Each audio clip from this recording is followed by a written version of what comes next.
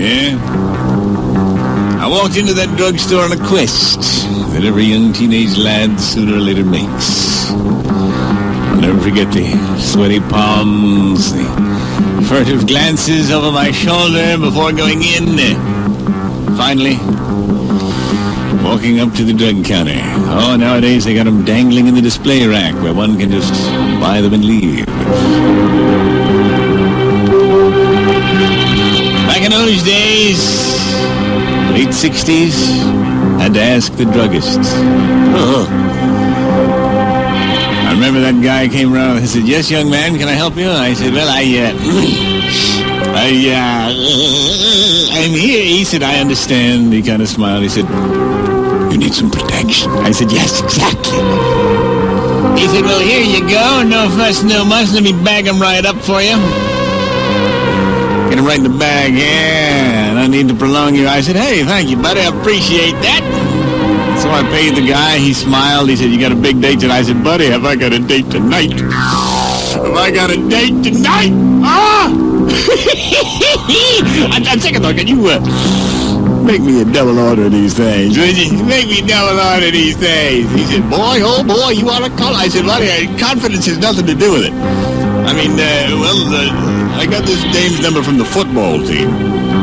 And it seems like she has been very close to the football team, you know what I'm saying? There was a frat party the other one. Anyway, I don't want to get into it, but I'll tell you something. This is like, what was guaranteed, you know, like dyed in the wool. I mean, this is no ins, ifs, or buts. I'm tempted to skip the dinner, you know?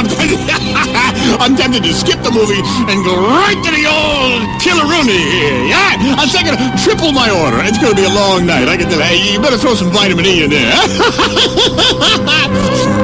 So I'm standing there laughing with the druggist. And I finally left. We're spending about $25 in there. So I went home and I put on my aqua velva, put on my best pair of chinos, rolled up a pack of Camels in my sleeve, and I went there to pick up that thing. That thing. I sat there. I rang her doorbell. I said, "Like a lamb to the slaughter, she'll do what she oughta when she sees what I bought her." So, her mother opened the door and she said, "My daughter will be down in just a second, but first my husband would like to meet you and talk to you." So I sat down, I started talking to her father, and he starts asking me questions, and I'm looking at him, and she finally came down, and by that time I was soaked in sweat. I mean, I had big sweat rags on my arms and on my back. And I'm nervous. I'm thinking, "Yes, sir. No, sir. I'll have her all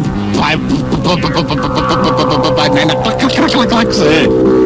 She said, "Nino, come on, let's go. You're embarrassing me in front of my parents." And so we left and we walked down the driveway to my car. She said, "Geez, you never told me you were the nervous type." I said, "Well, you never told me your daddy was a pharmacist."